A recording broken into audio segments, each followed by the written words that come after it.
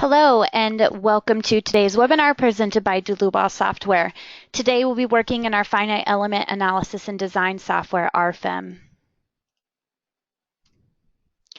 The title for today's webinar is Nonlinear FEA of Steel Connections in RFEM. My name is Amy Heilig. I'll be your presenter. I'm the CEO of the US office and also a technical support and sales engineer. We are located in Philadelphia, Pennsylvania. My colleague Wieland Gotzer will be your moderator, answering any questions you may have. He's a product and customer support engineer located in our Leipzig, Germany office. If the control panel does seem to get in your way when you logged into this GoToWebinar, feel free to show or hide that with the orange arrow up at the top. We always want to encourage everyone to ask questions throughout the webinar. You can do so within this same dialog box. We'll do our best to get to all the questions, but if by chance we don't, I will certainly send you a follow-up email afterwards. So as far as the webinar content for the next hour today, I want to go through several steel connections within RFEM. These would include member, plate, and solid elements. So these are 1D, 2D, and 3D elements within our finite element analysis program. Then we will apply some nonlinear applications such as contact, solids, and surface releases. I want to go through some various recommendations for these types of models such as FE mesh settings, FE mesh refinements. We'll get into contact solids and some of the recommendations and requirements for modeling with those. And lastly, for those of you who are not familiar with our software, we do work with the add-on module system. Those add-on modules are required for design. So RFEM is the main program. You can model, load, and analyze almost any material. But the minute that you want design per a specific standard, such as the AISC, the CSA, that would require those add-on modules. The webinar today will be entirely done within RFEM. So some of our customers who joined us today only have RFEM maybe and no add-on modules. Everything that you're seeing today can be done in RFEM alone. Now the small exception to that is our very last example today. I will touch on our add-on module RF Mat and L.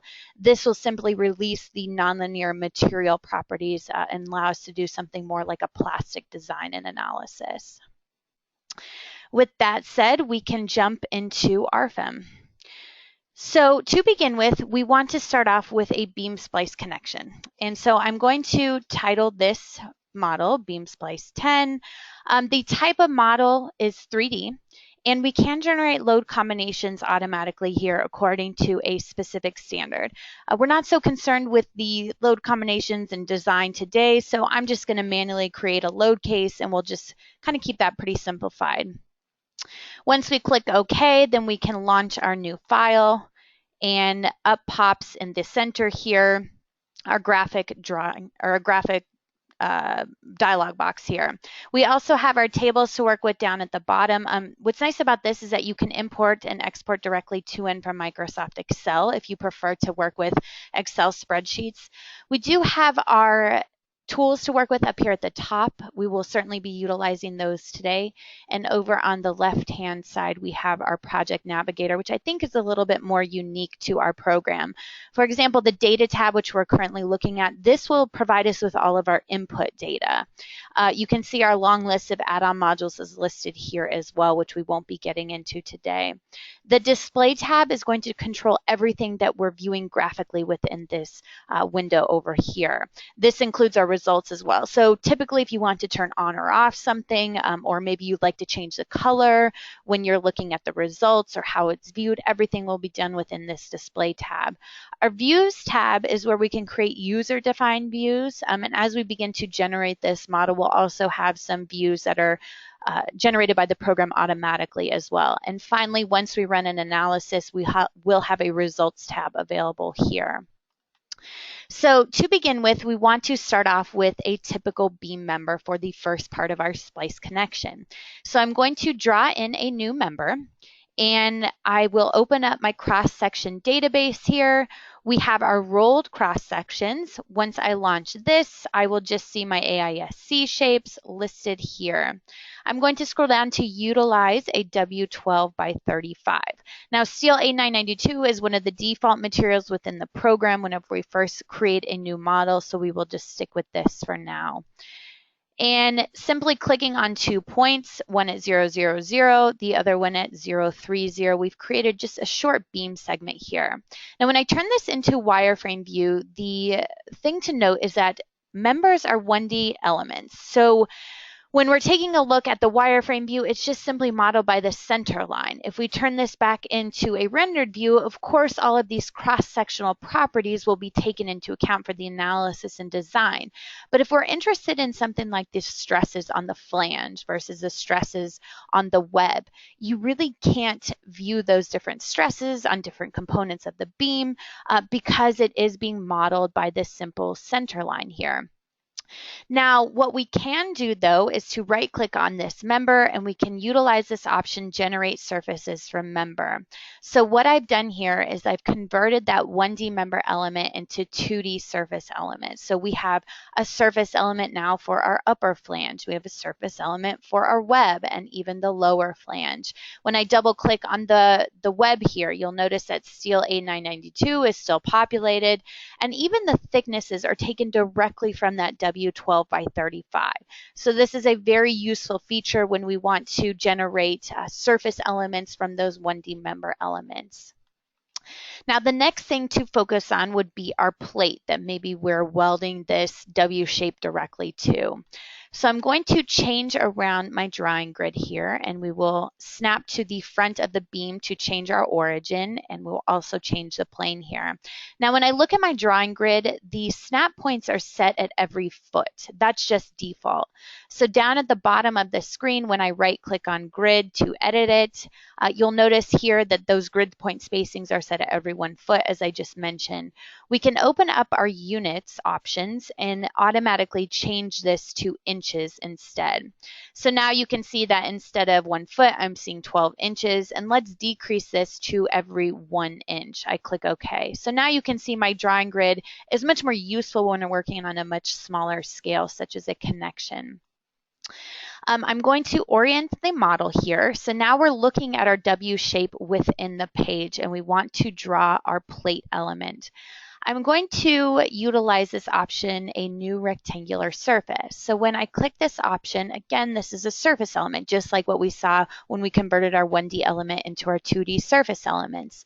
I want to create a new material here, and using my filters over on the left, I can filter to metal, to steel, to the ASTM, and you can see here we have our long list of ASTM materials. Now I can also utilize a favorites group.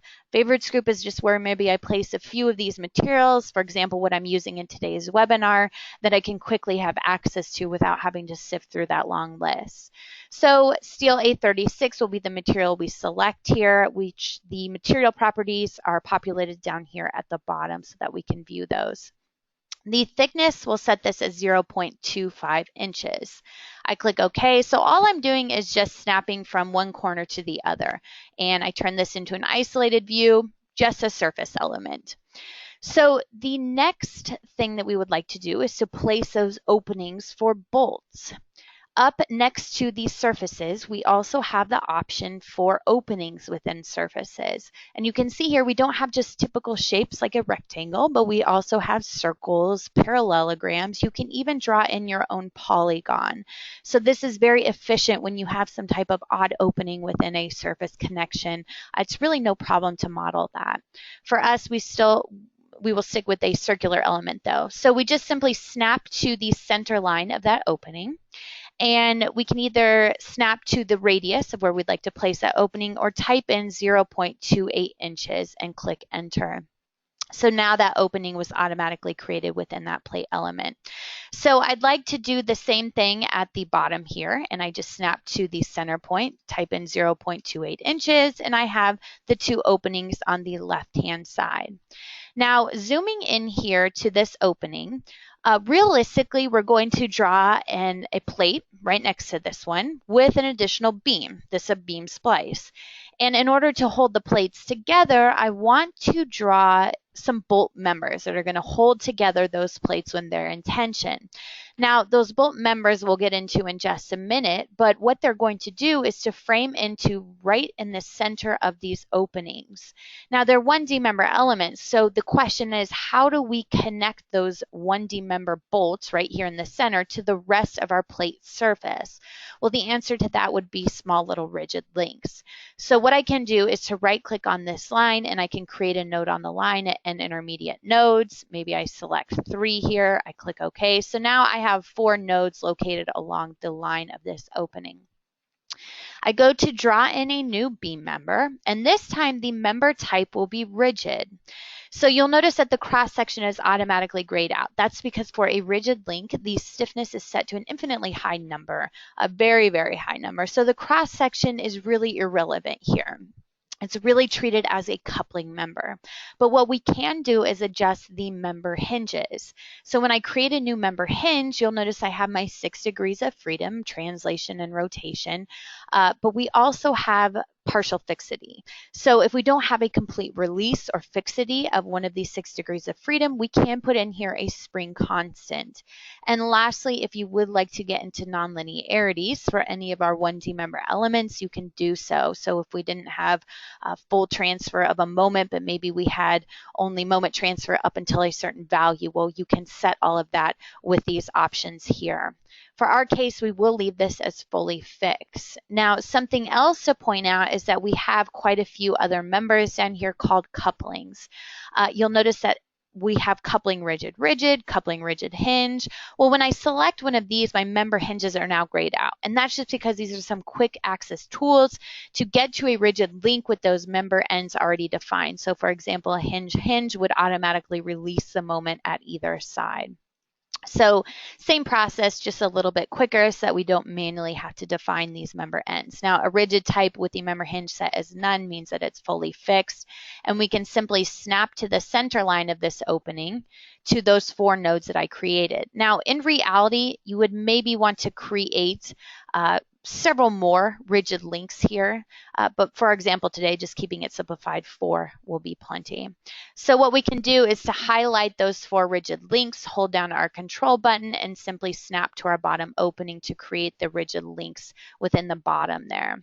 So now that we're done with the 2 openings on the left, I can turn this into wireframe, select both of those openings, and once again, just making a quick copy, I hold down my control button and utilize the drag and drop feature to make the other 2 holes on the other side.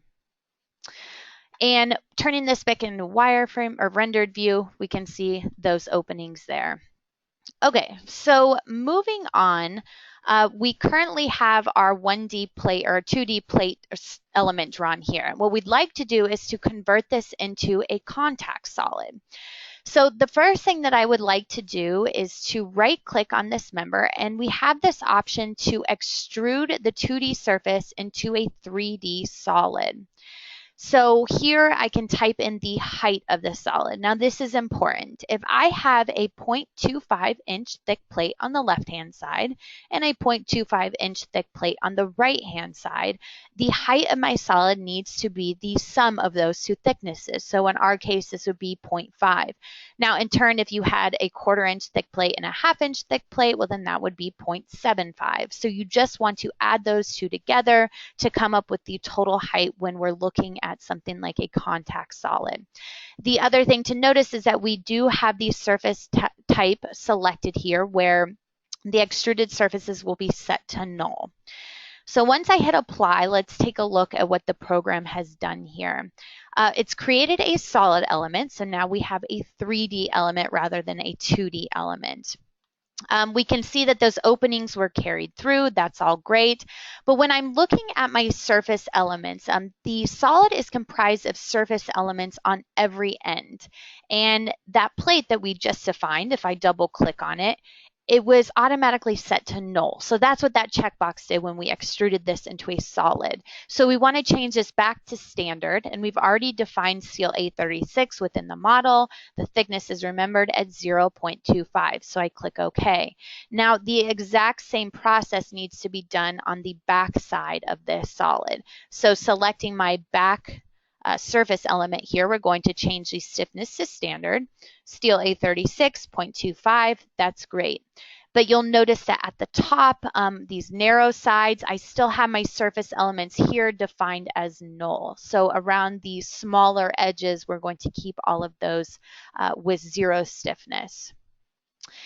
So we currently take a look at this solid, and it's indicated, if we turn this into wireframe, it's probably a little bit easier to see by this purple node right here in the middle. We can double click on it, and you'll see here the solid type is set to material. So this just means it's a typical 3D element within our finite element software. What we would like to change this to is a contact solid.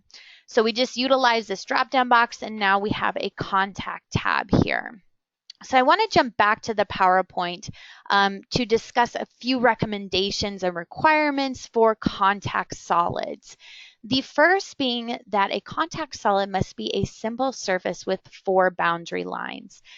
So with this picture shown here, you'll notice that here is my first contact solid, but on the longer edges, I have line 2 and line 3 for the top surface and line 6 and line 5 for the bottom surface. If I tried to solve this within RFEM, I would get an error saying side surfaces 4 do not have 4 boundary curves. And that's simply because we need to make some adjustments. We either need to convert lines 2 and 3 into one continuous line, or we can split this contact solid into 2 adjacent contact solids. Either way, it's still going to act like one continuous contact solid, or if we just simply want to combine those lines. So you have to have 4 and only 4 boundary lines to define a contact solid. The next requirement is the top and bottom contact surfaces must have the same integrated objects. So again, we're looking here at a picture of a contact solid.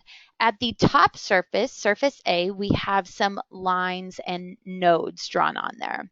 Now, if I do not make a copy of those lines and nodes and put them on my bottom surface, and I go to run my analysis, the program will say, wait a second, numbers of integrated objects and contact surfaces do not correspond.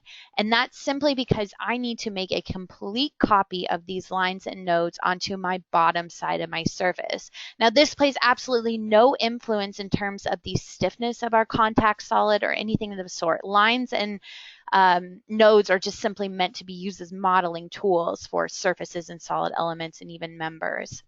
What the program is doing internally is creating FE mesh elements in between those integrated objects. So to be clear to the program, we do need to have those same integrated objects on the top and the bottom. So going back to RFEM then, what does this mean for us? Well, if we take a look back into the model, you'll notice that we have these line elements here, which are shown from framing our surface elements from our W shape. Maybe I want to take a look at here of just the plate elements, and we'll make a visibility here just based on these selected objects. So what I need to do is I actually need to copy these same exact elements to the back side of my surface. So I can do so by selecting them here, by highlighting, and I can hold down my control key. I even need to make a copy of that center node right there. So taking all of these elements, then I can rotate this around, use my Move Copy tool, and I can make one copy in the global Y direction of 0.5 inches, and I click OK. So now you can see those lines and nodes are identical on each surface. So this plays no part in the fact that these surface elements are out here for my beam, but if we didn't have a completely symmetric connection here, this is what you would need to do, otherwise you will get an error. Now in contrast, we actually are going to make a copy of this beam on the left-hand side to the right-hand side. So what we can do with this is to select all of these elements here, and we can utilize our mirror tool. Our mirror tool is exactly like what you would see in AutoCAD, for example. We'll create one copy. We want to mirror it about the global XZ axis, and then we can graphically choose a point here in the center of our plate to mirror that. We click OK. And now you can see that those lines and nodes and everything were automatically generated when we mirrored our entire beam section to the other side. A couple other things to note here, if we zoom in, it looks like our rigid links were not copied over when we extruded this into a surface. Well, that's no problem. All that we need to do is to highlight those, hold down our control key, and to snap to the other side. We'll do so with our opening on the right-hand side. And lastly, for the bottom, you can even select both of these rigid links on the left-hand side, hold down my control key, select on the right-hand side, and then drag and drop to do both holes at once. So we had those rigid links drawn, but we've done nothing yet to model our bolts. And this is where we're going to go back into our member database, and we will select a typical beam type member for our bolts. I want to create a new cross section by going into my cross section library, and under my thin walled sections, I have the option for a round bar. So with a round bar, all I want to do is define a diameter of 0.5 inches. So this is representative of my bolt diameter. I do want to create a new material. So with this, utilizing my favorites group again, I have added steel A325 to my material database. So this was a user-defined material where I've adjusted my properties to match steel A325 directly from the AISC or the ASTM. I click OK. I click OK again. Now the member hinge, I'm going to leave these as fully fixed. I'm going to assume that the bolts and the nuts are tightened as such that I'm going to get some moment transfer between those bolts holding those two plates together. And I click OK. Now with this, all I need to do is just to snap to the center points here between my rigid links. So now hopefully it's a little bit more clear of why we created those rigid links in the first place in order to tie these bolts back into our surface elements. Once I'm done with this, I can right click to exit that dialog box, and let's take a look at the rendered view. So now with our openings, those are still shown here, but the rendered view of our bolts show that circular short member in there to represent the bolt members.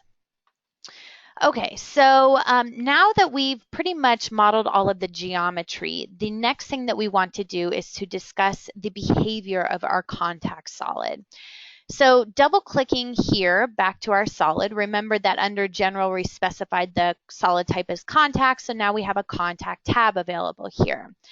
The program automatically determined what surface A and surface B should be. These are our 1/4 inch thick A36 plates. Sometimes you may have to come in here and manually define this just depending on the modeling steps that you take, but most of the time the program is smart enough to recognize what surface A and what surface B. Now, the next two entries are going to define the behavior between these two surfaces. The first is the contact perpendicular to the surfaces. And for this, we have three options. The first is full force transmission. So this is where all of our normal forces and stresses are going to be fully transmission between surface A and surface B. The second option is failure under compression. So if there are any compressive forces or stresses experienced between those two surfaces, then the contact between the two surfaces will fail and we'll no longer have any transmission of those normal stresses and forces.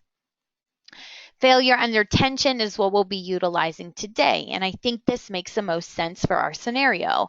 If these two plates are in tension, then we certainly want the contact between the both of them to fail, and instead we'd like our bolts to maybe kick in with those tension forces. Moving on to contact parallel to surfaces. So this has to do with our shear forces. And for this, you'll notice that we have quite a few more options here. So I'm going to jump back to the PowerPoint and we'll move on to the next slide where I want to explain these 7 options in a little bit more detail. Now this comes directly from our help file and it's the contact options parallel to surfaces. The first option is failure of contact perpendicular to our surfaces failed. So we just set the option for the perpendicular behavior that it would fail in tension. So the option parallel to surfaces then would also fail whenever we have tension within our plate. So it's just a relationship between those two behaviors. Full force transmission, this means that all shear forces will be transmitted. This is despite whatever is going on normal to our surfaces. We'll always have full transfer of those shear forces. Rigid friction is what we'll be utilizing today. This is where we will be given the option to enter in a friction coefficient factor mu. So as we know with shear forces, they can sometimes be dependent on our normal forces times our friction factor mu. So that's what we'll be utilizing today. Oops, sorry. The fourth option, rigid friction with a limit, same type of concept. However, we're no longer given the option for a friction coefficient factor, but rather a tau max.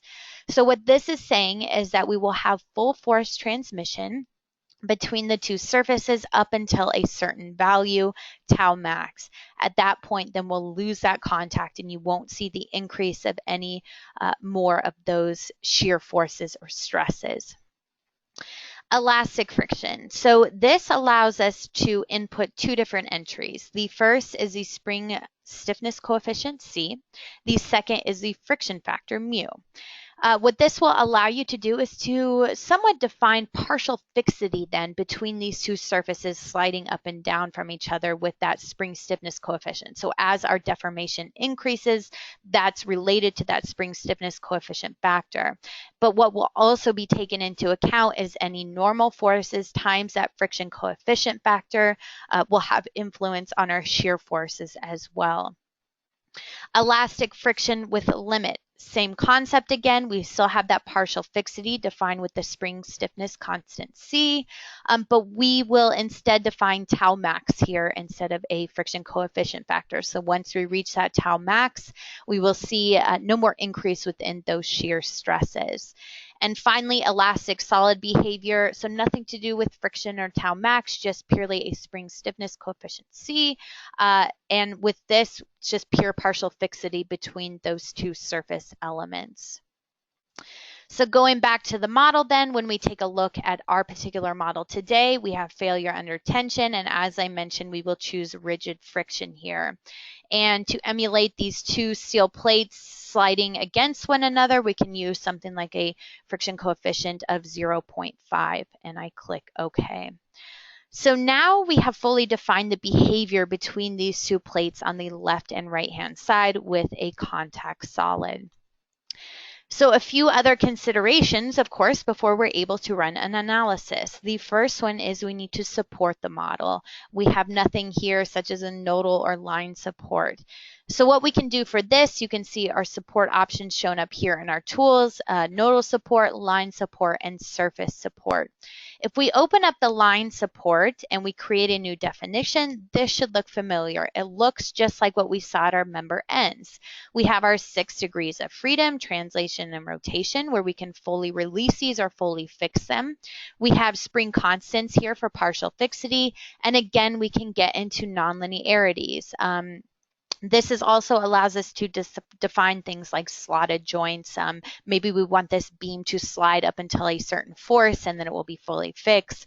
So all of those options are possible with the nonlinearities.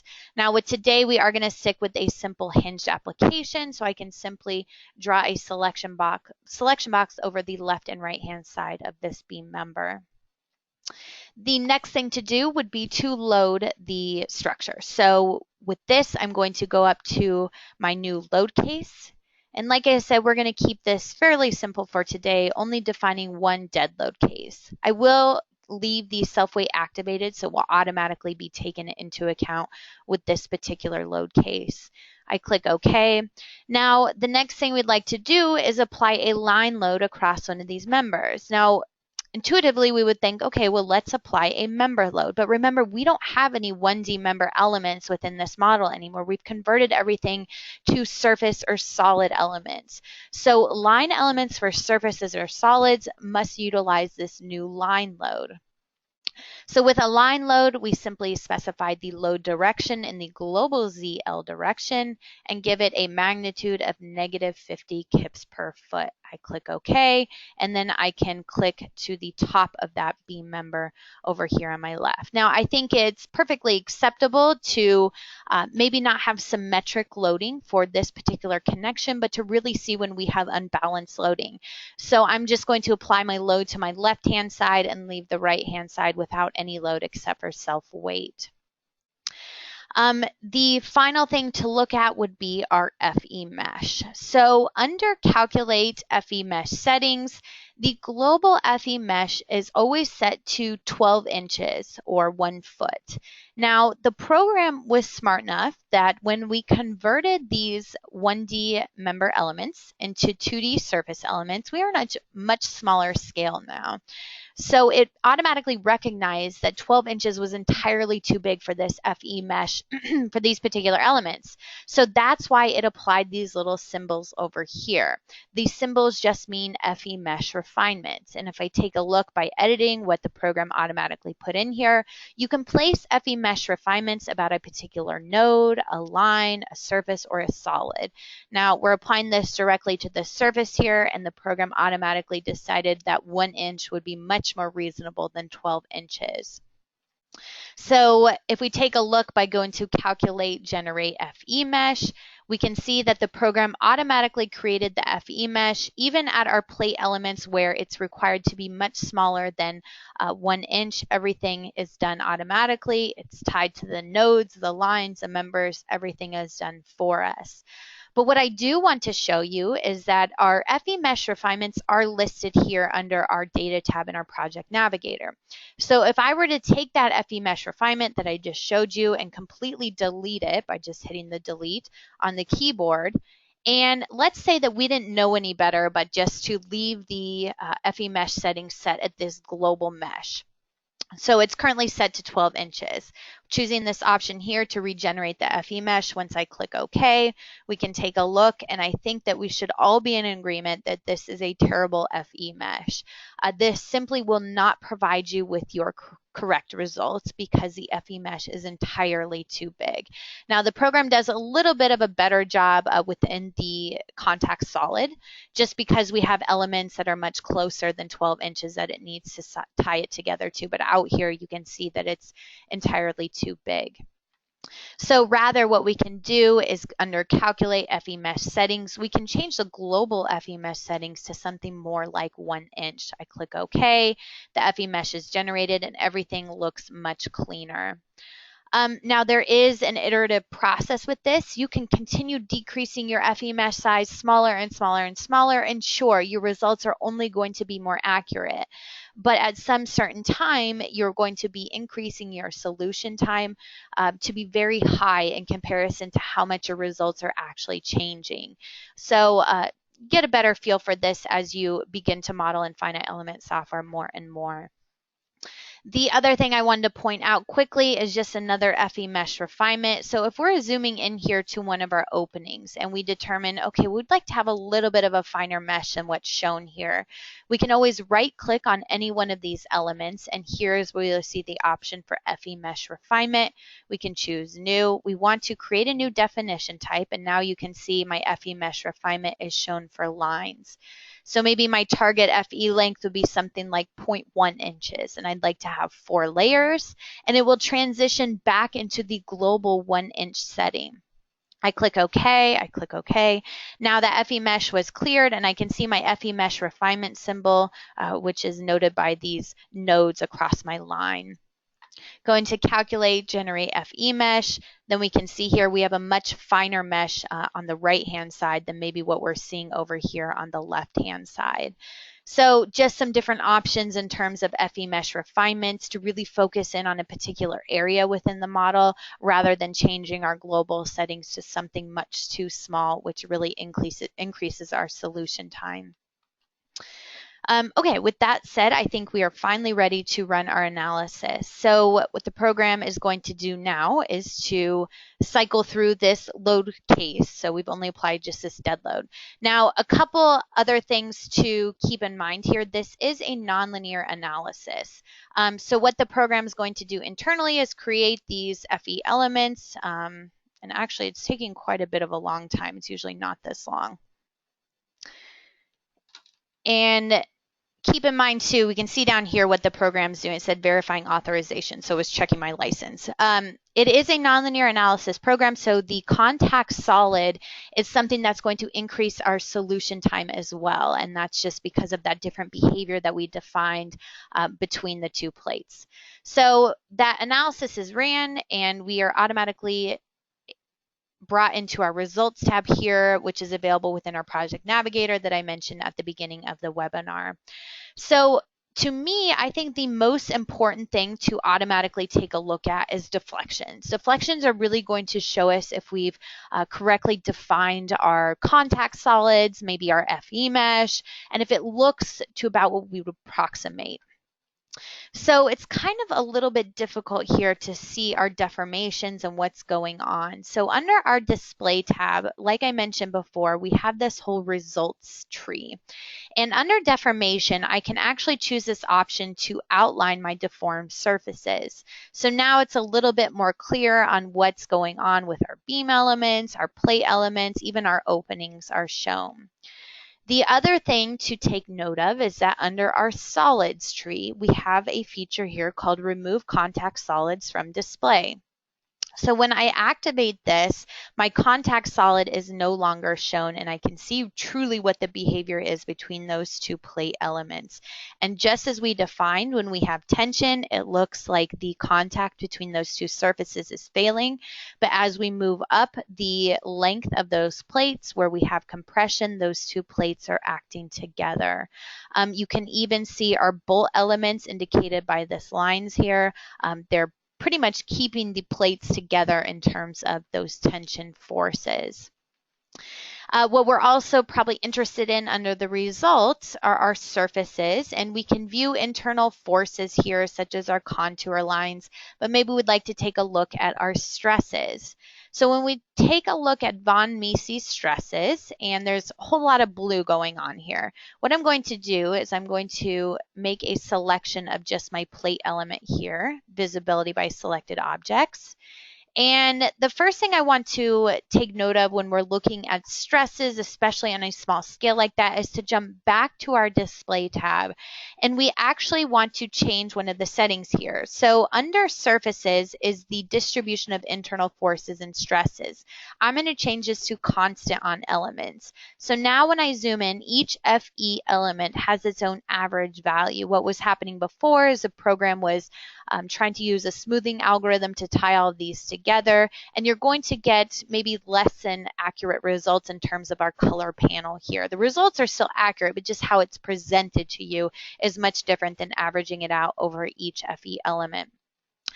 We certainly have some very high stresses here, 370 KSI.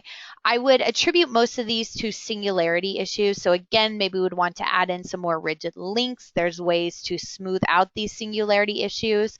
But if we're more so interested in the results without these very, very high stresses at these single FE elements, what I can do is to double click on my color panel here.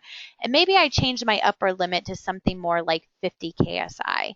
I can choose the fill button. Then I click OK, and now I'm seeing my results that are maybe a little bit more useful on what's going on with my plate elements. So we certainly still have very high stresses. 50 KSI is over the yield strength of our steel A36 KSI plate. So maybe this is where we size up our plate. Maybe this is where we move on to a plastic analysis with nonlinear materials. I did a full webinar devoted to a connection such as this, but I really went into detail on a plastic analysis as well. That's called Advanced Steel Design and per AISC, and that's on our YouTube channel if you want more information on that. But that's just something to keep in mind in terms of these high stresses that maybe we're seeing. The other interesting thing under our results is to turn off our surfaces, but instead let's take a look at our members. So remember, we define these little bolt elements as members here. So we're able to see these tension forces, which we have much higher tension at the bottom of our connection here, opposed to the top. We can also take a look at shear forces, and we can zoom in here, and if we right click on any one of these members, we we can take a look at the results diagram to get a little bit more information in terms of the magnitude along the length of these small little bolt elements. So again, if we're designing this connection and we want to see the forces on the bolts, that's all possible as well.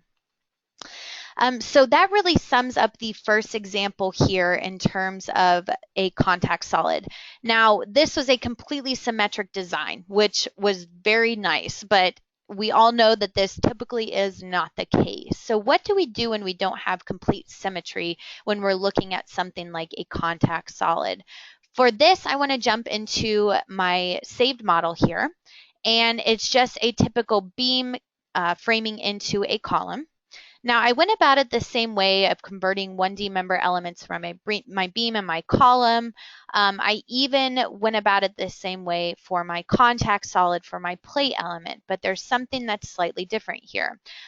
Again, we don't have symmetry on the left and right-hand side of this plate anymore. So making a visibility view here based on my plate only, and maybe I turn this into wireframe, and we'll change around the viewpoint here. Here is my plate looking into the page of my beam. You'll notice that I have 4 contact solids defined at the top, 4 in the middle, and 4 at the bottom. And the reason for this is just simply because I didn't have so much symmetry like we did our last model, that I had to create these smaller contact solids in order to meet the requirements. The requirements being that each contact solid must be comprised of 4 different lines, as well as contact solids must have identical integrated objects on the surface A and surface B. But if I take a look at all these contact solids defined side by side, so you notice both of these are highlighted at the same time, we can set our behavior for them all at the same time. So again, I have failure under tension, perpendicular surfaces, and I have rigid friction defined for my behavior parallel to surfaces. So this is going to act like one continuous contact solid. Point being that when you have anything more complex, is to split it up into several more simpler contact solids. So now when we take a look maybe at our results here, let me cancel out our visibility and turn on our results. I am immediately presented with my deflected shape here. So we place this line load, and I turn this into an elevation view, zoom in, and it's doing exactly what I would expect, where I have tension on this plate. It's pulling away from the column. As we move along the plate, places where there are compression forces, well, that's where we should see the full interaction between the 2 surface elements, or actually we have multiple surface elements for these contact solids now. Here are my bolts in tension, of course, as well. So same exact concept. The only thing that I did was split that contact solid into several simpler elements. Now, we often get asked too, how do we take a look at weld connections? You know, maybe you're interested in some type of odd connection, or maybe just strange forces being introduced into a connection. Well, we can also do that with finite element modeling as well. So jumping into another saved model here. This would be completely independent of contact solids. So I didn't utilize any contact solids within this model, but let me explain what's going on. So of course, we have our W shape consisting of our typical surface elements that we've been through many times now. But you'll notice up here is my plate that my beam member is being framed into. Well, when I take a look at this plate element, I no longer change this to a contact surface or contact solid. It's just a typical 3D solid with a material set within the depth of steel A36. So this is just a 3D element within our program RFEM. Now, all of those requirements for boundary lines, same integrated objects, those go out the window for a typical solid element. That's not required for typical solids, just only for contact solids. So you'll notice we have, many different lines and elements framing into the front side of the surface A, but we don't have it shown on the back side. So how about the welds? Well, I created a user-defined view here, and I can turn this on, of my weld solid. So zooming in here, you can actually see the triangular shape of this fillet weld, for example. Now, this weld is just another solid element. I double click on it. The solid type is set to material, just like what we saw with our plate, except I changed the material.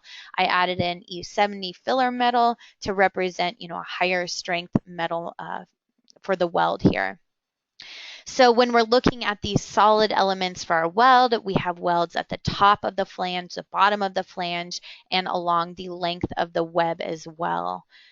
So the other thing to note, if we cancel this visibility, is that we have our 2D surface elements for our beam framing into there. But in order to accurately get our results for the stresses within this weld, you'll notice that I also converted the flange, the web, and the lower flange all to solid elements for this beam as well. So again, a solid type material, steel aid 992. Now, I didn't have to create a solid element for the entire length of the beam, just purely at this connection where I'm interested in my stresses. And that's because we have this solid weld. It must frame into the solid plate, which also must frame into the solid flange and web. So now when we've loaded the structure and we run a simple analysis, we'll get our results. Now again, we can view our surfaces. For example, our von Mises stresses might be of interest to us, maybe not so much out here. But now, unlike contact solids, we also have these solids results available here. So before with contact solids, there was no way to view stresses because there really was no material for a contact solid. But now we just have a typical 3D element. So what I can do is to go back to this view of my weld element, zoom in here, and currently I'm looking at my von Mises stresses, and I can see points where maybe I have a really high stress. For example, this looks like an area where maybe I want to reconsider this connection. Maybe I want to refine my FE mesh a little bit more. You can do so within this solid element for these welds as well. But the point being that you can model the welds as typical solid elements, and then we can view all of these stresses within here as well, including strains and plastic strains if you wanted to get into that with nonlinear materials. So we can also take a look at our plate element. So let me cancel out of this visibility mode. Maybe we select, let's see, turn this into select just our solid, create a visibility by selected objects, view our results again. Again, this is just von Mises stresses, and we can see the points of high stresses here, right where that weld is framing into the top of the flange and bottom flange. So just another approach for a welded connection, independent again of contact solids. Okay, so moving on to our last example. I'm going to open up another model here, and this would be a simple tie rod type model. Again, we're on a very small scale here. And just for the sake of time, of course, I didn't have time to model all this, but I want to point out a few features of what's going on. So over on the right-hand side, we have a fully fixed nodal support over here. Now, for the most part, the rest of these elements are solid elements. So for example, if we take a look at the front part of our tie rod, I can double click on this. Just like what we saw before, we have the solid type set to material, steel A36. So again, those conditions of 4 boundary lines comprising a contact solid do not apply to typical 3D solid elements. You really can have any shape that you would like for solid and surface elements. Now, the bolt passing through the ring of this tie rod is also modeled with solid elements. And we even have our ring here defined by an additional solid element. So what we're trying to emulate here is this bolt passing through the tie rod ring. We have a load placed on here on either side to represent tension within that bolt. We want to look at our FE mesh refinements here. So we can see here under calculate, FE mesh settings. The global mesh settings are set to 0.03. This is about 0.36 inches. So something very, very small for this type of model. You'll notice this cube within the center here. Well, this is once again another FE mesh refinement. So just like what I pointed out before, we can even apply FE mesh refinements to solids. I set something just slightly smaller at 0.02 feet. And then the program will automatically generate this FE mesh, tie everything together so that we manually don't have to worry about any of that. Okay, so now that we have discussed what type of elements are going on here with this tie rod, let me turn this back into a rendered view. We want to run our analysis. Now, in reality, when we run our analysis, we should take a look again at the deformations. That's kind of always my advice on viewing if we're seeing our expected behavior. So with this bolt element passing through the eye, and we turn this into elevation view and maybe into wireframe, we can see here that it looks like the bolt is fully fused to the front portion of this ring element. This is not really what's going to happen. In reality, what we would hope to happen is that this bolt would release away from the ring element where we have tension forces, but in the back, we would still have full fixity here where we have compression where the bolt's bearing onto the ring. So how do we exactly take that into account? Well, let me turn off the results here and going back into a rendered view. I'm going to turn off my FE mesh under my display tab. We can scroll down here just to quickly turn that off with a checkbox. So here is all of my input data. Now, as I mentioned before, every solid element is composed of surface elements on the exterior. So again, here's a surface element. We can view all of these surfaces available in our data project navigator. All of them are set to null, which means they have no stiffness. They're not playing any importance in terms of the analysis of the program. They're just kind of boundary surfaces for our solid element. But as I scroll through these, I'll notice surface number 3. Surface 3 is the shared surface between the bolt element and the ring element. So this is where we need to have some influence here on the connection between those two solid elements. So let me create a visibility by the selected objects. I'm going to scroll in here and I'm going to right click under the surface to turn on the local axis system. So looking at the local axes of this surface, you'll notice here that I have my local X and Y coordinates. So that's translation. Here we see left to right, front to back, but then I have my Z coordinate. So just keep that in mind that that's normal to the face of this surface. Over in the project navigator again, if I scroll down just slightly, I will see surface releases. And this is where I want to right click and create a new surface release. So here the program initially asked me which surface would I like to apply this to. So I can graphically choose surface number 3. I could type it in. I could even choose from my drop-down box here. I need to define the surface release type by choosing my option over here on the right, and up pops an additional dialog box. So now you'll see my 3 degrees of freedom, translation in the X, Y, and Z. So what I'm going to do is I'm going to activate all 3 of these. So this is my surface release type. So in the local X and local Y directions, I'm actually going to apply a small partial fixity. And that's because we're going to have some resistance of this bolt sliding left and right, front and back. So we'll do the same thing for lowercase y axis. Then we have our local z axis here. And again, sorry, I forgot to reiterate that these are lowercase x, y, and z, not to be confused with global x, y, and z indicated by a capital X, Y, and Z. So here for the translation direction in the Z component for this surface, I want to set one of these nonlinearities. And the option that I'm going to choose here is fixed if positive PZ. So when I have any forces that are in the positive direction of this surface, I want there to be full fixity between whatever objects I will soon select, which we'll see that in just a minute. But whenever I have tension forces in between, maybe my bolt and my ring element, I want that release to kick in and will no longer have transmission of any forces in that direction.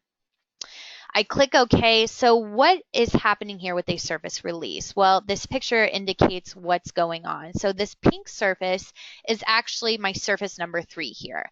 And the program will internally create an additional surface to apply that generated release surface. So it's something internally that's going on within the program. Now, what we do need to define is a released object. So we have defined the release type, but what exactly do we want to release? Well, this is where I'm going to choose my solid elements. We can exit out of this visibility mode, and here I'm going to choose my solid on the left-hand side, which is the left-hand portion of my bolt, as well as the right-hand portion of my bolt.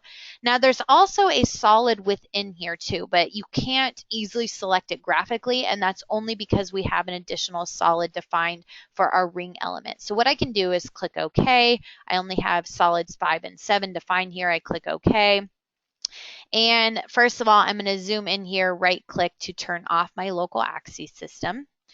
And just like what we saw with our surface elements, we have all of our solids listed here as well. So what I can do is just to scroll down, and finally I find solid number 4 is the additional solid I would like to release. So what I can do is to choose my surface release from my tree here, or you can see a faint dotted line, which represents that surface release as well, to double click on it, and I can just type in comma 4. I click OK. So now we've applied that surface release, and let's rerun our calculation. So you can see down here our status. The program is creating all of our FE mesh elements.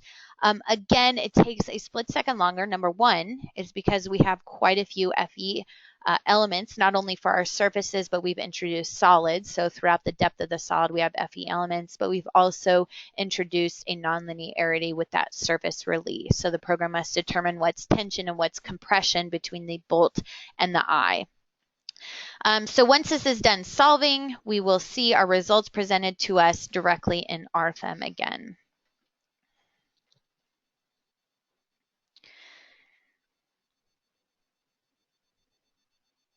And it's almost done.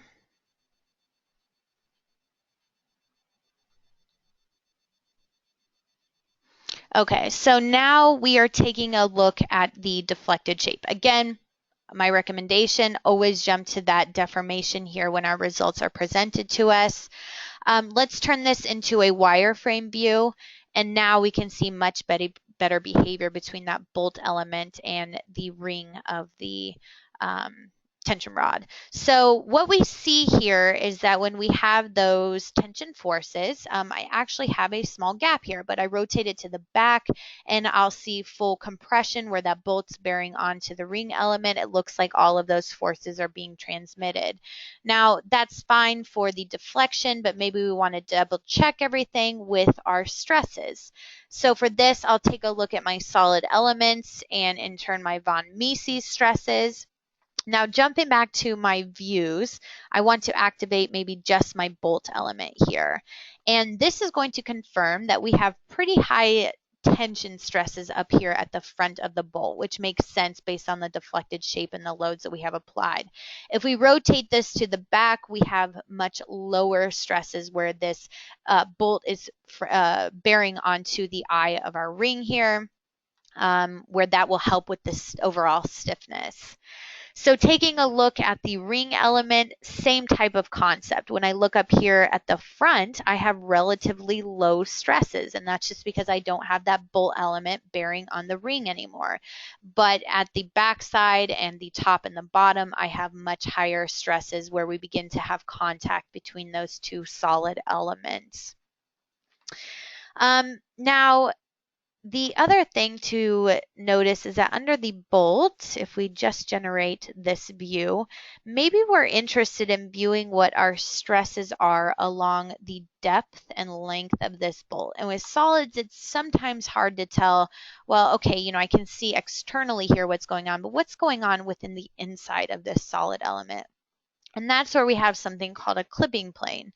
So under Insert, Clipping Plane, here you'll notice that we're immediately slicing this solid element in half, and we can invert the clipping plane so that we're viewing the other side. And here we can set a certain step, so something pretty small like 0.05. Now as I toggle through these eccentricities, I can actually see what's going on within the depth of the bolt element. I'm probably most interested right here in the center where we have the most activity going on with our stresses. So that's something you can easily utilize for either solid or surface elements if you're interested in kind of knowing a little bit more of what's going on internally within these elements. And one last thing to cover is that you'll notice here that my solid stresses are not exceeding 36 KSI. Well, that would be pretty good luck, but the reason why I did that is because I'm utilizing nonlinear materials within the program. So jumping back to my data tab, let me turn off my results and take a look at the rendered view. And my materials are listed here of what I'm using within the particular model. So the first one is steel A36. So that's the front portion of this model as well as the two end solids for my bolt. When I double click on this, you'll notice the material model is just set to isotropic linear elastic. So any linear elastic material is already included within RFEM. So that's fine for this front portion of the model. Now, okay, there we go. And then as far as the rear portion of the model, where I'm most interested in this connection here, I double click on the material. You'll notice that I changed the material model to isotropic nonlinear elastic. So any nonlinear elastic, plastic, and so forth, that is where that add-on module RF Mat NL will come into play. So that will release all of these various options to do a nonlinear material analysis. So for example, you can see here in our details, which if this opens up, I don't know why there's a little bit of a lag time. It must be the FE elements, but we can see here the yield strength is set to 36 KSI more or less, just from our steel A36 material. So now when we take a look at the model and we ran our analysis, which what we just saw, we can turn back on our results and take a look at maybe our view of just our bolt. Again, nothing is going to be above this 36 KSI. So what's happening is the load is being distributed on these FE elements. The minute that that FE element reaches the yield strength, the load will be distributed to adjacent elements until that is a fully complete process. So that's something that, again, I get a little bit more into with the other recorded webinar on our YouTube channel. So if you are interested in that, you can find that there, or send me an email and I can point you to the right direction. Okay, so that concludes the webinar for today. I know that was quite a bit of information, but keep in mind, almost everything entirely that you saw today is just our main program RFEM without touching any of our add-on modules. You can find more information on our website at dlubal.com, and as I mentioned, we have several other social media sites, including our YouTube channel, where all of these webinars are recorded and put online, but also Facebook and LinkedIn and so forth. Our email for our Philadelphia office is info-us@dlubal.com, and our phone number here is 267-702-2815.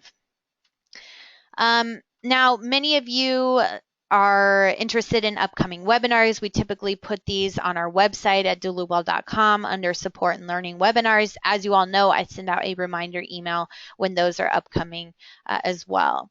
PDH credit is available for today's webinar. I just ask that you please let me know through email who is in attendance, and send that email to info-us@dlubal.com. So again, info-us@dlubal.com.